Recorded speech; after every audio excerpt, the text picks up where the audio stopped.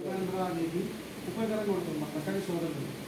ఎందుకంటే ఇప్పుడు చాలామంది మెకానిక్ చూస్తున్నాం, చాలామంది చాలా రకాల అలవాటు పడి మళ్ళీ ఇంకొక షోరూంలో పోయి చేసి పొడిలు చేసినట్టు ఉంటుంది.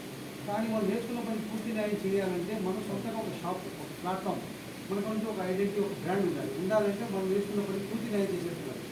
ఎప్పుడు కస్టమర్ని ఇబ్బంది పెట్టవాలని అలా అని చెప్పి మనం చేస్తున్నాం కదా, కస్టమర్లు మనం చెప్పి అనుకుంటున్నాం. ఎందుకంటే ఈరోజు మనకి చాలా మొబైల్స్ ఉంటుంది, చాలామందికి చాలా విధాలుగా అంతా తెలిసిపోతుంది. వెహికల్స్ గురించి మనం అనుకుంటాం కస్టమర్కి ఏం తెలియదు, కాలేదు ఇలా కస్టమర్కి అన్నీ తెలుసు. కానీ తప్పదు, వాళ్ళు చేసుకోలేరు పని కాబట్టి మన దగ్గరకు వస్తున్నారు వాస్తవానికి. కానీ దానికి గ్రహించి కస్టమర్లు ఎప్పుడు గౌరవించండి, కస్టమర్తో బాగుంటుంది, వాళ్ళతో సౌకర్యం చేయండి.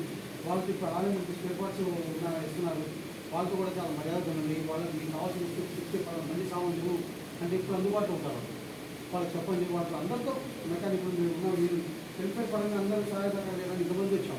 ఇక్కడ సహాయ సహకారం ఉన్నారంటే మీరు చుట్టుపక్కల గ్రామాల దగ్గర అందరి దగ్గర వెళ్ళండి, మన మెకానిక్ గురించి చెప్పండి, మన ఇల్లు గురించి చెప్పండి. అయ్యా మేము చేసాం, మీకు అవసరం కావాలి, మీరు ఉన్నంత ఉపయోగం ఉంది.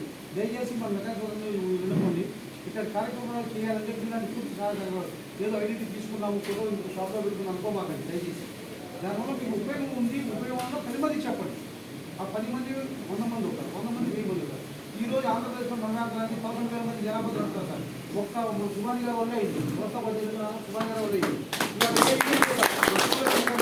మీరు 4 కూడా చూసుకోండి, అంతమంది జనాభాతో మేనేజ్ చేసేది, ఈరోజు నడిపేది ఎక్కడ లేదు సార్. అది మన సుభాని గారి వల్ల అయింది కాబట్టి ఇట్లాంటి కార్యక్రమం జరుగుతుంది. ధన్యవాదాలు సార్. ఇట్లాంటి అవకాశం ఇచ్చిన మంది మాట్లాడుతున్నారు.